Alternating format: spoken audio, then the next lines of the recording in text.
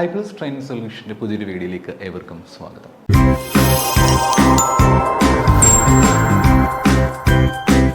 നമ്മൾ ഇന്നേ ദിവസം ഡിസ്കസ് ചെയ്യാനായിട്ട് പോകുന്നത് ഓർഗനൈസേഷണൽ ബിഹേവിയർ എന്ന് പറയുന്ന ഒരു ടോപ്പിക്കാണ്. നമ്മളിന്ന് അതിൻ്റെ ഒരു ഇൻട്രൊഡക്ഷൻ പാർട്ടാണ് നമ്മൾ ജസ്റ്റ് നോക്കി പോകുന്നത്.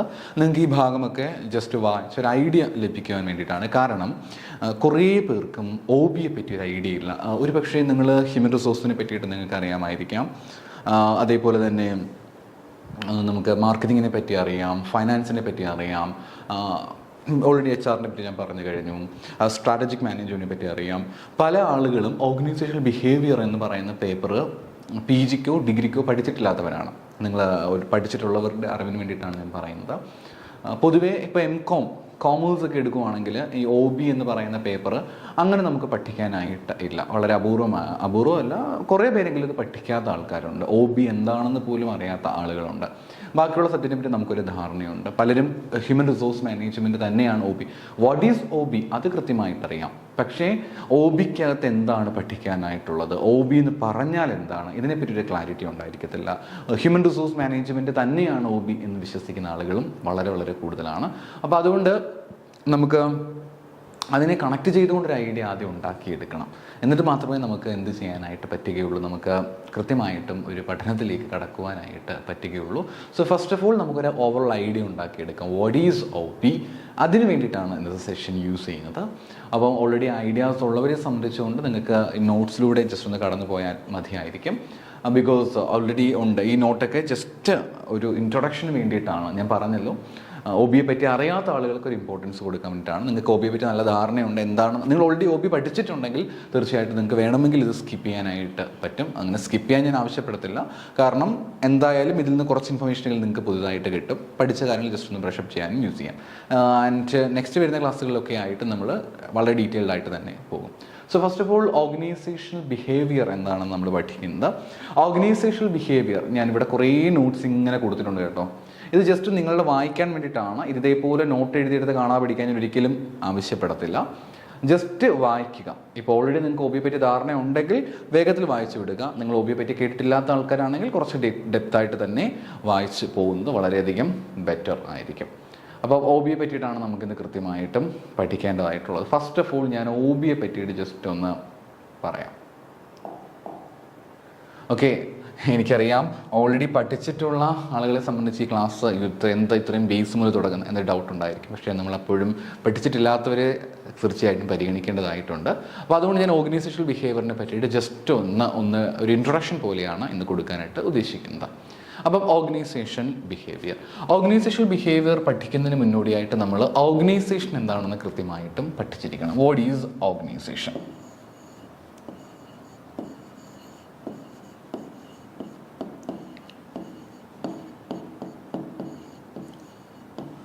എന്താണ് ഓർഗനൈസേഷൻ എന്ന് പറയുന്നത്? What is organisation? ഓർഗനൈസേഷൻ എന്ന് പറഞ്ഞാൽ എന്താണ്, അതിൻ്റെ അർത്ഥം എന്താണ്, അതിൻ്റെ പ്രവർത്തനങ്ങൾ എങ്ങനെയാണ്, ഇത്തരം കാര്യങ്ങളൊക്കെയാണ് നമുക്കിന്ന് ഡീറ്റെയിൽഡായിട്ടും പഠിക്കേണ്ടത്. ആദ്യം നമുക്കതൊന്ന് മനസ്സിലാക്കിയിട്ട് അതിലേക്ക് പോകാം. ഓർഗനൈസേഷൻ നിങ്ങൾക്ക് എല്ലാവർക്കും അറിയാം. നമ്മളെല്ലാവരും കാണുന്ന സ്ഥാപനങ്ങളെയാണ് ഓർഗനൈസേഷൻ എന്ന് പറയുന്നത്. അതൊരു പക്ഷേ ബിസിനസ് ഓർഗനൈസേഷൻ ആകാം, ഇനി ബിസിനസ് ഓർഗനൈസേഷൻ അല്ലെങ്കിൽ എഡ്യൂക്കേഷൻ ആയിട്ടുള്ള കോളേജസ് ആകാം, ഇനി അതുമല്ല എങ്കിൽ സ്കൂൾസ് ആകാം,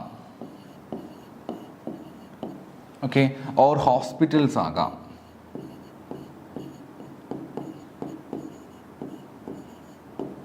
സോ എന്ത് വേണമെങ്കിലും എന്തായിട്ട് വരാം, ഓർഗനൈസേഷൻസ് ആയിട്ട് വരാം. എല്ലാം സ്ഥാപനങ്ങളാണല്ലേ, സ്ഥാപനങ്ങൾ ഇഷ്ടം പോലെയുണ്ട്. അപ്പം ഒരു സ്ഥാപനത്തെയാണ് നമ്മൾ ഓർഗനൈസേഷൻ എന്ന് പറയുന്നത്. അപ്പോൾ അതിൽ ഞാൻ കൂടുതൽ ഡീറ്റെയിലേക്ക് പോകേണ്ട കാര്യം വരുന്നില്ല. സ്ഥാപനങ്ങൾ എന്താണെന്ന് ഞാൻ കൃത്യമായിട്ടും ഇവിടെ ഡീറ്റെയിൽഡ് ആയിട്ട് മെൻഷൻ ചെയ്തിട്ടുണ്ട്. പക്ഷേ നമുക്ക് വേണ്ടത് ഓർഗനൈസേഷൻ എന്താണെന്നുള്ളതല്ല. ഓർഗനൈസേഷൻ തന്നെ പല ക്ലാസിഫിക്കേഷൻസ് ഉണ്ടല്ലേ. നമ്മൾ +1 കൃത്യമായിട്ടും പഠിക്കുന്ന ഒരു ക്ലാസിഫിക്കേഷൻ തന്നെയാണ്. ഒന്ന് സോൾ പ്രൊപ്പറേറ്റർഷിപ്പ് ഉണ്ട്, പിന്നെ ഏതാണുള്ളത്, പാർട്ട്ണർഷിപ്സ് ഉണ്ട്, പിന്നീട് HUF ഉണ്ട്, ഹിന്ദു അൺഡിവൈഡ് ഫാമിലീസ് ഉണ്ട്, പിന്നീട് ഏതാണുള്ളത് അതേപോലെ കമ്പനീസ് ഉണ്ട്. അപ്പോൾ ഇങ്ങനെയുള്ള പല പല ക്ലാസിഫിക്കേഷൻസ് നമുക്ക് എവിടെ കാണാനായിട്ട് സാധിക്കും? ഡിഫറെൻറ്റ് ടൈപ്സ് ഓഫ് ഓർഗനൈസേഷൻ നമുക്ക് കാണുവാനായിട്ട് പറ്റുന്നതാണ്. അപ്പോൾ നമുക്കിവിടെ പഠിക്കേണ്ടത് വളരെ അത്യാവശ്യമായിട്ട് അറിയേണ്ട കാര്യം ഓർഗനൈസേഷൻ്റെ ബിഹേവിയേഴ്സിനെ പറ്റിയിട്ടാണ്.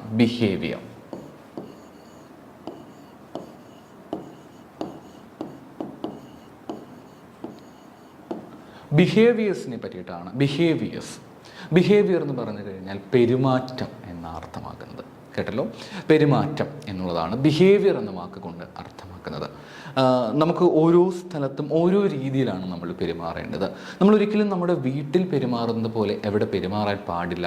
നമ്മൾ വർക്ക് ചെയ്യുന്ന സ്ഥാപനങ്ങളിൽ നമ്മൾ പെരുമാറാനായിട്ട് പാടില്ല. അധ്യാപകരാണ് അല്ലെങ്കിൽ അധ്യാപകരാകാൻ പോകുന്നവരാണ് നിങ്ങൾ ഓരോ ആൾക്കാരും. നിങ്ങൾക്ക് തന്നെ അറിയാമല്ലോ, നമ്മളുടെ ബിഹേവിയേഴ്സ് എന്ന് പറഞ്ഞിരിക്കുന്നത് അത്രയും അറ്റ്മോസ്റ്റ് ഇമ്പോർട്ടൻ്റ് ആണ്. കുറേ കാര്യങ്ങൾ മനുഷ്യനാണ്, തീർച്ചയായിട്ടും നമുക്ക് വിഷമങ്ങളും ദുഃഖങ്ങളും പ്രശ്നങ്ങളും പ്രയാസങ്ങളും ടെൻഷൻസും എല്ലാം ഉണ്ടാകും, സ്വാഭാവികമാണ്. അതിനകത്തല്ല പറയുന്നത്. എന്നാലും നമ്മളുടെ പൊതു പെരുമാറ്റം എന്ന് പറയുന്നത് എത്രത്തോളം ക്രൂഷ്യലാണ് നിങ്ങൾ ചിന്തിച്ച് നോക്കിയേ. നമ്മൾ ചിലപ്പോൾ ഔട്ട്സൈഡ് നമ്മുടെ പേഴ്സണൽ സ്പേസിലേക്ക് വരുമ്പോഴത്തേക്ക് നമ്മൾ ചിലപ്പോൾ അത്രയും നീറ്റാകണമെന്നില്ല, അല്ലെങ്കിൽ അത്രയും പോസിറ്റീവായ രീതിയിൽ സംസാരിക്കണമെന്നില്ല, അല്ലെങ്കിൽ അത്രയും കൃത്യമായിട്ടുള്ള കാര്യങ്ങൾ ഡീൽ ചെയ്യുന്ന ആളാകണമെന്നില്ല. ചിലപ്പോൾ ഭയങ്കര നമ്മളെല്ലാവരും നമ്മുടെ കംഫർട്ടബിൾ സോണിൽ അത്രയും അധികം ഭയങ്കര സിമ്പിളായിട്ട് നിൽക്കുന്ന ആൾക്കാരാണല്ലോ. അപ്പോൾ അതുകൊണ്ട് തന്നെ ഒരിക്കലും നമ്മുടെ കംഫർട്ടബിൾ സോണിൽ നമ്മൾ ഭയങ്കര സീരിയസ് ആയിട്ട്, അങ്ങനെയാണെങ്കിൽ ജീവിതത്തിൽ തന്നെ എന്താണ് ഒരു വലിയ അർത്ഥമുള്ളത്? നമ്മൾ ഭയങ്കര കൂളായിട്ടായിരിക്കും എപ്പോഴും നിൽക്കുക. പക്ഷേ അതേ സ്വഭാവം നമ്മുടെ വീട്ടിൽ കാണിക്കുന്ന അതേ സ്വഭാവം കൊണ്ട് നമുക്ക് സ്കൂളിലോ കോളേജിലോ പോയി പഠിപ്പിക്കുവാനായിട്ട്, അല്ലെങ്കിൽ കുട്ടികളുടെ മുന്നിൽ നിൽക്കുമ്പോൾ അങ്ങനെ ബിഹേവ് ചെയ്യാൻ പാടുണ്ടോ? ഒരിക്കലും പാടില്ല. ഏതിനും വാശി പിടിക്കുന്ന ഒരു വ്യക്തി, നിസ്സാര കാര്യങ്ങൾക്ക് പോലും ചിലപ്പോൾ നമ്മൾ നമ്മുടെ വീട്ടിൽ വാശി പിടിക്കുന്നുണ്ടായിരിക്കാം. അതേ സ്വഭാവം കൊണ്ട് പിള്ളേരുടെ മുന്നിലേക്ക് പോകാനായിട്ട് പറ്റുമോ? അല്ലെങ്കിൽ നമ്മൾ പെട്ടെന്ന് തന്നെ ചിലപ്പോൾ ഭയങ്കര ദേഷ്യപ്പെടുന്ന ആളായിരിക്കാം. ഇവിടെ നമ്മുടെ വീടുകളിലൊക്കെ അതേ സ്വഭാവം കൊണ്ട് നമുക്ക് കോളേജിൽ പോയി കുട്ടികളുടെ മുന്നിൽ കാണിക്കാൻ പറ്റുമോ? ഇല്ല. കാരണം കുട്ടികൾക്ക് മുന്നിൽ അധ്യാപകരാണ് നമ്മൾ അവരുടെ റോൾ മോഡൽസാണ്. അതുകൊണ്ട് അവിടെ എപ്പോഴും ഒരു പോസിറ്റീവ് ബിഹേവിയേഴ്സാണ് വേണ്ടത്. നമ്മുടെ പെരുമാറ്റത്തിൽ അവർ തീർച്ചയായിട്ടും ശ്രദ്ധിക്കും. നമ്മുടെ സംസാരിക്കുന്ന രീതികളിൽ തീർച്ചയായും കുട്ടികൾ ശ്രദ്ധിക്കും. നമ്മുടെ അപ്രോച്ചസിൽ കുട്ടികൾ തീർച്ചയായും ശ്രദ്ധിക്കും. ആകെ മൊത്തം പറഞ്ഞു കഴിഞ്ഞാൽ നമ്മൾ വളരെ പോസിറ്റീവായിട്ടുള്ള ഒരു മെസ്സേജ് പ്രൊവൈഡ് ചെയ്യുന്ന, ഒരു പോസിറ്റീവ് എക്സ്പീരിയൻസ് പ്രൊവൈഡ് ചെയ്യുന്ന ടീച്ചേഴ്സായിട്ട് മാറേണ്ടതായിട്ട് വരും. അപ്പോൾ ചിന്തിച്ച് നോക്കി, ആ ബിഹേവിയേഴ്സിൽ എന്തുമാത്രം മാറ്റം നമ്മൾ വരുത്തിയിരിക്കുന്നു എന്നുള്ളത്. അപ്പം ഓരോ സ്ഥലത്തിനും അതിൻ്റേതായിട്ടുള്ള രീതികളുണ്ട്, അതിൻ്റേതായിട്ടുള്ള പെരുമാറ്റ രീതികളുണ്ട്. ഉദാഹരണം പറയാം, ഒരു ഡോക്ടേഴ്സിൻ്റെ ബിഹേവിയറും ടീച്ചേഴ്സിൻ്റെ ബിഹേവിയറും ചിന്തിച്ച് നോക്കി എന്തുമാത്രം വ്യത്യാസമുണ്ടല്ലേ. ഒരു മൾട്ടിനാഷണൽ കമ്പനിയിൽ വർക്ക് ചെയ്യുന്ന എംപ്ലോയീസിൻ്റെ ബിഹേവിയറും അതേപോലെ തന്നെ ഒരു പോലീസ് സ്റ്റേഷനിലെ പോലീസിൻ്റെ ബിഹേവിയറും തമ്മിൽ ഒരു കമ്പാരിസൺ നടത്തി നോക്കിയാൽ ഒബ്യൂസായിട്ട് നിങ്ങൾക്ക് വ്യത്യാസം കണ്ടുപിടിക്കാനായിട്ട് പറ്റും. അപ്പോൾ ഓരോ സ്ഥലങ്ങളിലും വ്യത്യാസമുണ്ട്. ഇപ്പം നമ്മുടെ നാട്ടിലേക്കുള്ള സ്മോൾ സ്കെയിൽ ലോക്കൽ ആയിട്ടുള്ള ഒരു സ്ഥാപനത്തിലെ ആളുകളുടെ പൊതുപെരുമാറ്റവും വളരെ ഹൈ ആയിട്ടുള്ള ഭയങ്കര ടേൺ ഓവേഴ്സ് വരുന്ന മൾട്ടിനാഷണൽ കമ്പനിയിലുള്ള എംപ്ലോയീസിൻ്റെ മാനേജ്മെൻറ്റ് ബിഹേവിയേഴ്സ് തമ്മിൽ തീർച്ചയായിട്ടും വ്യത്യാസമുണ്ടാകും. അപ്പോൾ ബിഹേവിയേഴ്സ് എന്ന് പറഞ്ഞു കഴിഞ്ഞാൽ പെരുമാറ്റം എന്നാണ് അർത്ഥം. ആ പെരുമാറ്റത്തിലേക്കാണ് നമ്മളെ എത്തിക്കുന്ന ഒന്നാണ്. ആ പെരുമാറ്റത്തെ പറ്റിയിട്ടുള്ളൊരു പഠനമാണ് ഇവിടെ നടക്കുന്നത്. ഇതൊക്കെ പെരുമാറ്റം, ബിഹേവിയർ എന്നുള്ള സൈക്കോളജി കണക്ട് ചെയ്ത വാക്കിനെ കണക്ട് ചെയ്തിട്ടാണ് ഞാൻ ഈ കാര്യങ്ങളെല്ലാം പറഞ്ഞത്. എന്നാൽ എന്താണ് ഓർഗനൈസേഷണൽ ബിഹേവിയർ എന്ന് പറയുന്നത്? ഒരു സ്ഥാപനത്തിൻ്റെ ഉള്ളിൽ എങ്ങനെ വേണം എംപ്ലോയീസ് ബിഹേവ് ചെയ്യേണ്ടത്? ഒരു സ്ഥാപനത്തിൻ്റെ ഉള്ളിൽ എംപ്ലോയീസ് എങ്ങനെ വേണം ബിഹേവ് ചെയ്യേണ്ടത്? എന്താണ് അവരുടെ പ്രവർത്തനങ്ങൾ? അവരുടെ പൊതുപ്രവർത്തനങ്ങൾ എങ്ങനെയാണ്? എംപ്ലോയീസ് എങ്ങനെയാണ്? ആളുകൾ എങ്ങനെയാണ്? അവർ ലേസി ആയിട്ട് നിൽക്കുന്ന ആൾക്കാരാണോ, അതോ ഭയങ്കര ആക്റ്റീവായിട്ട് നിൽക്കുന്ന ആളുകളാണോ, അതോ ആവശ്യമില്ലാത്ത ഈഗോ ക്ലാഷസ് ഒക്കെ കൊണ്ടുവന്ന് പ്രശ്നമുണ്ടാക്കുന്ന ആൾക്കാരാണോ? അൺവാണ്ടഡ് കോമ്പറ്റീഷൻ നമുക്കറിയാം. ചില സ്ഥലങ്ങളിൽ പോകുമ്പോഴത്തേക്ക് എംപ്ലോയീസ് തമ്മിൽ വളരെ കൗഡിയൽ റിലേഷൻഷിപ്പ് ആയിരിക്കും, ഫ്രണ്ട്ലി ആയിരിക്കും, ലൈക്ക് എ ഫാമിലി പോലെ ആയിരിക്കും ഉണ്ടായിരിക്കുക. എന്നാൽ മറ്റു ചില സ്ഥാപനങ്ങളിലേക്ക് പോകുമ്പോഴത്തേക്കും അവർ ഭയങ്കര കോമ്പറ്റീറ്റീവ് ആയിരിക്കും. മാത്രവുമല്ല അവർ തമ്മിൽ വളരെ വലിയൊരു ഈഗോ ക്ലാഷസ് ഉണ്ടായിരിക്കാം. പരസ്പരം മറ്റേ പാര വെക്കുന്ന പോലുള്ള പരിപാടികളൊക്കെ ഉള്ള സ്ഥാപനങ്ങൾ, അത് ആ സ്ഥാപനത്തിൻ്റെ ബിഹേവിയറാണ്. അപ്പം നമ്മൾ ഓരോ സ്ഥാപനത്തിൻ്റെയും ബിഹേവിയറിനെ പറ്റിയിട്ടാണ് OBയിൽ പഠിക്കുന്നത്.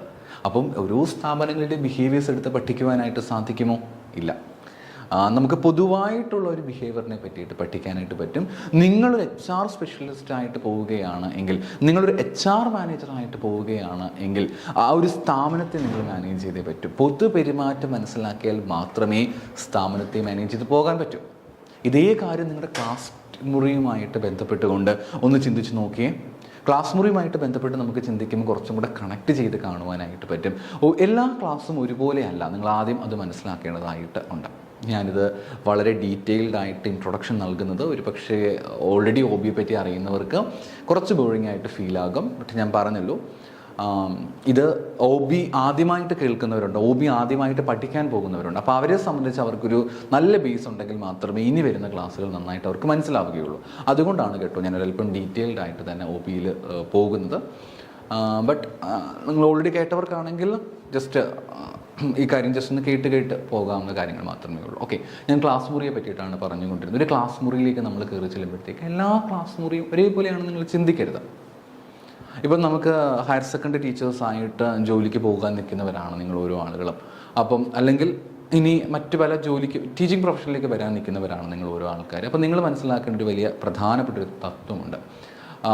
എല്ലാ സ്റ്റുഡൻസും ഒരേപോലെയല്ല, എല്ലാ എൻവയോൺമെൻറ്റുകളും ഡിഫറെൻ്റ് ആണ്. നിങ്ങൾ ഒരിക്കലും നമ്മൾ ബിഎഡിനൊക്കെ പഠിക്കുന്ന പോലെ, ബിഎഡിനൊക്കെ വിചാരിക്കുന്ന പോലെ എല്ലാ ക്ലാസ് മുറിയിൽ ചെന്ന് നമുക്ക് ഒരേപോലെ അങ്ങനെ നമുക്ക് ഒരിക്കലും പറ്റണമെന്നില്ല. നിങ്ങൾ മികച്ചൊരു അധ്യാപകൻ, നന്നായിട്ട് പഠിപ്പിക്കാൻ കഴിവുള്ള ഒരു അധ്യാപകനാണ് എന്ന് പറഞ്ഞിട്ട് യാതൊരു കാര്യവുമില്ല. കുട്ടികളെ ഡിപ്പെൻഡ് ചെയ്ത് മാത്രമേ നിങ്ങൾ ടീച്ചിങ് നിങ്ങൾക്ക് എക്സ്പോഷർ എത്രയുണ്ടെന്ന് പറയാൻ പറ്റുകയുള്ളൂ. അപ്പം എല്ലായിടത്തും ഒരേ രീതിയിൽ ഫോളോ ചെയ്ത് കഴിഞ്ഞാൽ ആസ് എ ടീച്ചർ നമുക്ക് വലിയ ബുദ്ധിമുട്ടായിരിക്കും. ചില സ്ഥലങ്ങളിൽ പോയി കഴിഞ്ഞാൽ കുട്ടികൾ വളരെ കംഫർട്ടബിൾ ആയിരിക്കും, വളരെ കംഫർട്ടബിൾ ആയിരിക്കും. അവർ നമ്മളോട് നിൽക്കുന്ന രീതിയിൽ നല്ല രീതിയിൽ തന്നെയായിരിക്കും കുട്ടികൾ നിൽക്കുക. അവർ നമ്മളോട് നിൽക്കുന്ന രീതിക്കാണെങ്കിലും അതേപോലെ തന്നെ അവർ നമ്മളോട് സംസാരിക്കുന്ന രീതികൾക്കാണെങ്കിലും എല്ലാം കുറച്ചും കൂടെ ബെറ്റർ ആയിരിക്കും, പഠിക്കാൻ നല്ല താല്പര്യമുണ്ടായിരിക്കും. എന്നാൽ ചില സ്ഥലങ്ങളിലേക്ക് പോകുമ്പോഴത്തേക്ക് ഈ ഒരു അപ്രോച്ച് ആയിരിക്കത്തില്ല. അവിടെ വരുന്ന ഒരു കുട്ടിക്ക് പോലും പഠിക്കണമെന്ന് ഇൻട്രസ്റ്റ് ഉണ്ടാകണമെന്ന് നിർബന്ധമില്ല. അങ്ങനെയുള്ള ക്ലാസ് മുറി പോയിട്ട് നമ്മൾ പഠിപ്പിച്ച് നമ്മുടെ ജോലി തീർത്ത് വരിക അതൊരിക്കലും പോസിബിൾ ആയിട്ടുള്ള കാര്യമല്ല. നമ്മളിപ്പോൾ എന്ത് ചെയ്യണം? ആ പൊതു ബിഹേവിയർ മനസ്സിലാക്കണം. 1-2 കുട്ടികളുടെ പ്രശ്നമായിരിക്കത്തില്ല, ക്ലാസ്സിൻ്റെ പ്രശ്നമാണ്, അവർ ജീവിക്കുന്ന ചുറ്റുപാടുകളുടെ ബുദ്ധിമുട്ടുകളാണ്. അപ്പോൾ ആ പൊതു ബിഹേവിയർ മനസ്സിലാക്കി അതനുസരിച്ച് കാര്യങ്ങൾ മുന്നോട്ട് കൊണ്ടുപോകേണ്ടത് വളരെ അത്യാവശ്യമായിട്ടുള്ള കാര്യമാണ്. അതേ കാര്യമാണ് കേട്ടോ ഞാൻ വീണ്ടും പറയുന്നത്. അപ്പോൾ ഓർഗനൈസേഷണൽ ബിഹേവിയർ എന്ന് പറഞ്ഞാൽ ഏതാണ്ട് ഇതേപോലെ തന്നെയാണ് നമുക്ക് കാണാനായിട്ട് പറ്റുക. ഒരു സ്ഥാപനത്തിൻ്റെ പൊതു ബിഹേവിയർ ചില സ്ഥലങ്ങളിൽ ഭയങ്കര സ്ട്രിക്റ്റ് ആയിരിക്കും, അപ്പോൾ അവിടുത്തെ ബിഹേവിയർ ഡിഫറെൻ്റ് ആയിരിക്കും. ചില സ്ഥലങ്ങളിൽ ഭയങ്കര ലിബറൽ ആയിരിക്കും, അവിടുത്തെ ബിഹേവിയർ ഡിഫറെൻ്റ് ആയിരിക്കും. അപ്പം ഓരോ സ്ഥലത്തിൻ്റെയും പ്രത്യേകതകൾ അനുസരിച്ചുകൊണ്ട്, ഓരോ സ്ഥലത്തിൻ്റെയും പ്രത്യേകതകൾ മനസ്സിലാക്കിക്കൊണ്ട് നമുക്ക് ഈ ബിഹേവിയർ കൃത്യമായിട്ടും അറിയുവാനായിട്ട് സാധിക്കും. അപ്പോൾ അതിനെയാണ് നമ്മൾ ഓർഗനൈസേഷണൽ ബിഹേവിയർ എന്നുള്ളത് പറയുന്നത്. OB നമ്മൾ അതിനെ കൃത്യമായിട്ട് നമ്മൾ OB എന്ന പേരിൽ അറിയപ്പെടുന്നത്. ആ ഒരു ഇത് വെച്ചിട്ടാണ് OB എന്ന് പറയുന്നത്. നമ്മുടെ ഇന്നത്തെ ക്ലാസ് വീണ്ടും പറയുന്നു ഒരു ഇൻട്രൊഡക്ഷൻ ക്ലാസ് ആയിട്ടാണ് കണക്കാക്കുന്നത്. സോ ഇവിടെ OB പറ്റിയിട്ട് കുറേ കാര്യങ്ങൾ പറയുന്നുണ്ട്. വാട്ട് ഈസ് ഓർഗനൈസേഷണൽ ബിഹേവിയർ അങ്ങനെ പറഞ്ഞ കുറേ കാര്യങ്ങൾ നമുക്കിവിടെ കാണുവാനായിട്ട് പറ്റും. ജസ്റ്റ് വായിച്ച് വെക്കേണ്ട കാര്യങ്ങൾ മാത്രമേ ഇതിനകത്തുള്ളൂ. ആദ്യത്തെ ഇൻട്രൊഡക്ഷനിൽ നമ്മൾ സ്ഥാപനങ്ങളെ പറ്റി പറയുകയാണ്. എന്താണ് ഓർഗനൈസേഷൻ, എന്താണ് മാനേജ്മെൻറ്റ്, വായിച്ച് വെക്കുക, വായിച്ച് വിടുക, അത്രയേ ഉള്ളൂ. പെട്ടെന്ന് വായിച്ച് വിടാനായിട്ട് പറ്റും. ഓർഗനൈസേഷൻ എന്ന് പറഞ്ഞാൽ എന്താണ്, വാട്ട് ഈസ് ഓർഗനൈസേഷൻ, അങ്ങനെയുള്ള ചോദ്യങ്ങളൊന്നും എക്സാമിനേഷൻ പോയിന്റ് ഓഫ് വ്യൂവിൽ നിങ്ങൾക്ക് പ്രതീക്ഷിക്കേണ്ടതായിട്ട് ഇല്ല. ഒരു സ്ഥാപനം ഉണ്ടാകണമെങ്കിൽ തീർച്ചയായിട്ടും അത്യാവശ്യമായിട്ടുള്ള കാര്യം തന്നെയാണ്. ഓർഗനൈസേഷൻ്റെ പ്രധാനപ്പെട്ട നീഡിനെ പറ്റിയിട്ടൊക്കെ ജസ്റ്റ് കൊടുത്തിട്ടുണ്ട്. ഓർഗനൈസിങ് എന്ന് പറയുമ്പോഴത്തേക്ക് ഇവിടെ പറഞ്ഞിട്ടുണ്ട് നമ്മളെല്ലാ കാര്യങ്ങളും ഒന്ന് പ്രോപ്പറായിട്ട് അറേഞ്ച് ചെയ്ത് പോവുക എന്നുള്ളതാണ് ഓർഗനൈസിങ്ങിനെ പ്രധാനമായിട്ടും ഉദ്ദേശിക്കുന്നത്. കുറേ കാര്യങ്ങളെ പറ്റി ഇതിൽ പറയുന്നുണ്ട്. ഓർഗനൈസിങ്ങിൻ്റെ പ്രധാനപ്പെട്ട സ്റ്റെപ്പുകളെ പറ്റിയിട്ട് ഇതിലൂടെ കടന്നു പോകാനായിട്ട് പറ്റും. ഒന്ന്, ലക്ഷ്യങ്ങൾക്ക് വലിയ പ്രാധാന്യമുണ്ട്. ഒബ്ജക്റ്റീവ്സ്, ലക്ഷ്യങ്ങൾക്ക് വലിയ പ്രാധാന്യം നമുക്ക് എവിടെ കാണാൻ സാധിക്കുന്നു?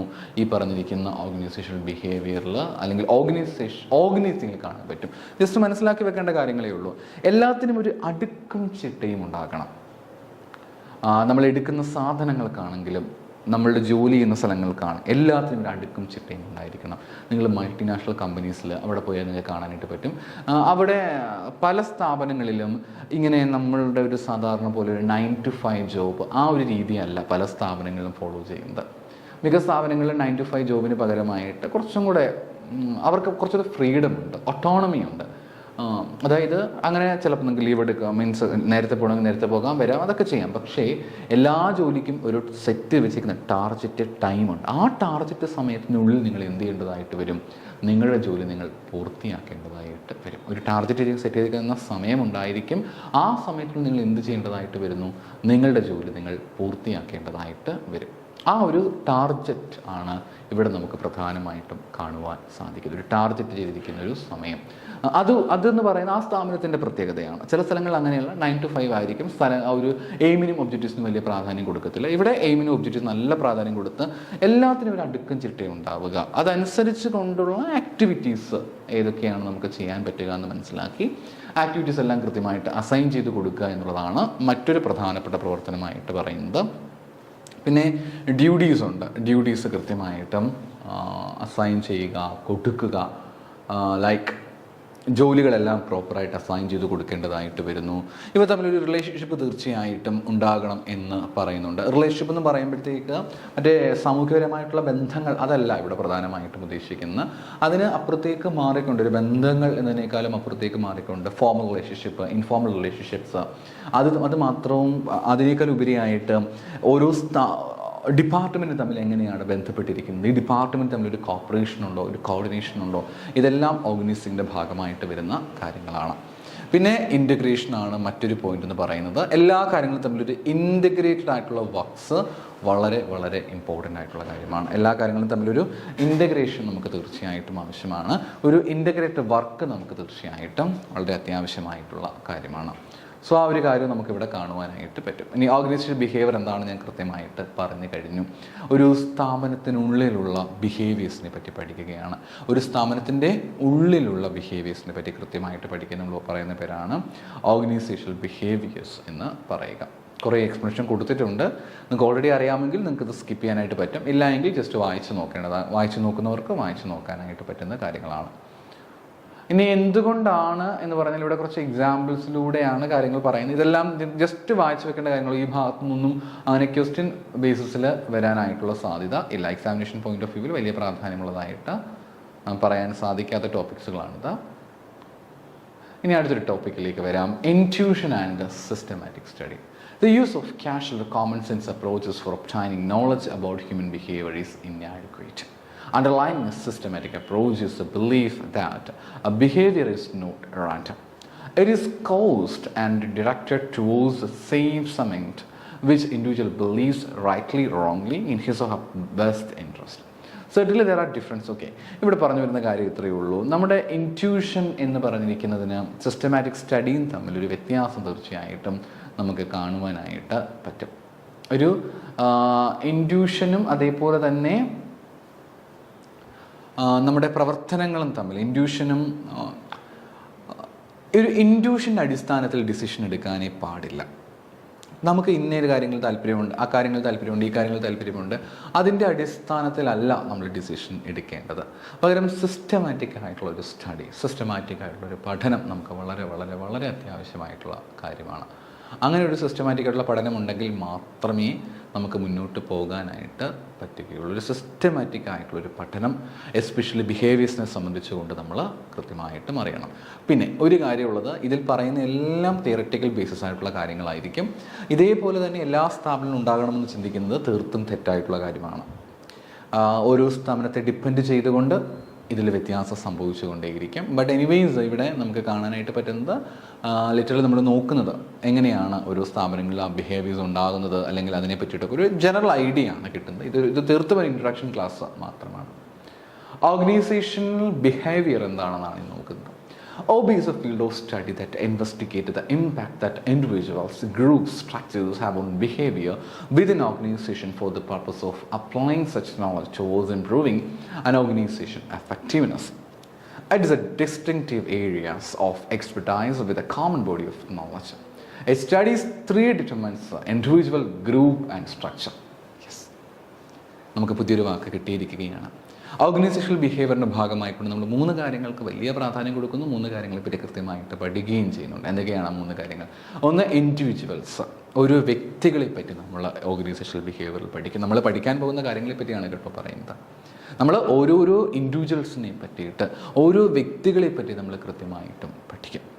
അതുകൂടാതെ ഗ്രൂപ്പുകളെ പറ്റി കൃത്യമായിട്ട് പഠിക്കും. നമ്മളുടെ ഓരോരോ ഗ്രൂപ്പുകൾ, ഇപ്പോൾ ഓരോ വ്യക്തികൾ എങ്ങനെ ബിഹേവ് ചെയ്യുന്നു അതോടൊപ്പം തന്നെയാണല്ലോ നമ്മുടെ ഗ്രൂപ്പുകൾ. അവർ ഗ്രൂപ്പൊക്കെ ഫോം ചെയ്യുമ്പോൾ എല്ലാ സ്ഥാപനങ്ങളിലും കാണത്തില്ലേ ഗ്രൂപ്പുകൾ. ചിലപ്പോൾ ചില ആളുകൾ ചേർന്നിട്ട് ഗ്രൂപ്പ് ഉണ്ടാക്കും. ജസ്റ്റ് കോമൺ ആയിട്ട് പറയും നമ്മളെല്ലാവരും ഒന്നാണ്, ഒരു ഫാമിലിയാണ്, അങ്ങനെയാണ് ഇങ്ങനെയാണെന്നൊക്കെയാണ് പറയുന്നതെങ്കിലും എല്ലായിടത്തും ഗ്രൂപ്പിസം ഉണ്ട്. അപ്പോൾ ആ ഗ്രൂപ്പുകൾ എങ്ങനെയാണ് ഫോം ചെയ്യുന്നത്? അത് ഇൻഫോർമൽ ഗ്രൂപ്പിനെയാണ് പറയുന്നത്. ഫോർമൽ ഗ്രൂപ്പ് എന്ന് പറയുമ്പോഴത്തേക്ക് അങ്ങനെ ഗ്രൂപ്പിസം ഉണ്ടെങ്കിൽ പോലും നമ്മുടെ ആസ് പാർട്ട് ഓഫ് ജോബ് നമ്മൾ ഫോർമൽ ഗ്രൂപ്പിൽ എൻഗേജ്ഡ് ആയിട്ട് വരും. ഗ്രൂപ്പ് സ്റ്റഡീസും ഗ്രൂപ്പ് ആക്ടിവിറ്റീസും ഒക്കെ ചെയ്യേണ്ടതായിട്ട് വരും. സോ ഡിഫറെൻറ്റ് ടൈപ്സ് ഓഫ് ഗ്രൂപ്പിനെ പറ്റി ഒരു ഐഡിയ കിട്ടാനായിട്ട് പറ്റും. അതേപോലെ തന്നെ സ്ട്രക്ചറിനെ പറ്റിയിട്ട് നമ്മുടെ ഓരോ എങ്ങനെയാണ് അതിൻ്റെ സ്ഥാപനം വരുന്നത്, അതിൻ്റെ സ്ട്രക്ചർ എങ്ങനെയാണ്, കാര്യങ്ങൾ എങ്ങനെയാണ്, അതിനെപ്പറ്റി ഒരു ധാരണ കിട്ടുവാനായിട്ട് ഇതുവഴിയായിട്ട് പറ്റും. OB is also an applied field. It applies the knowledge gained about individuals, groups, and affect structure on the behavior towards the end of making organization works more effectively. And OB is concerned with the study of what people do in an organization, how that behavior affects the performance of the organization. ഒരു വ്യക്തി എങ്ങനെയാണ് ആ സ്ഥാപനത്തിൽ പെരുമാറുന്നത്, അവൻ എങ്ങനെ വേണമെങ്കിലും പെരുമാറിക്കൂടാ, അതിനകത്ത് ഒരു വിഷയമേ നമുക്കുണ്ടാകുന്നില്ല.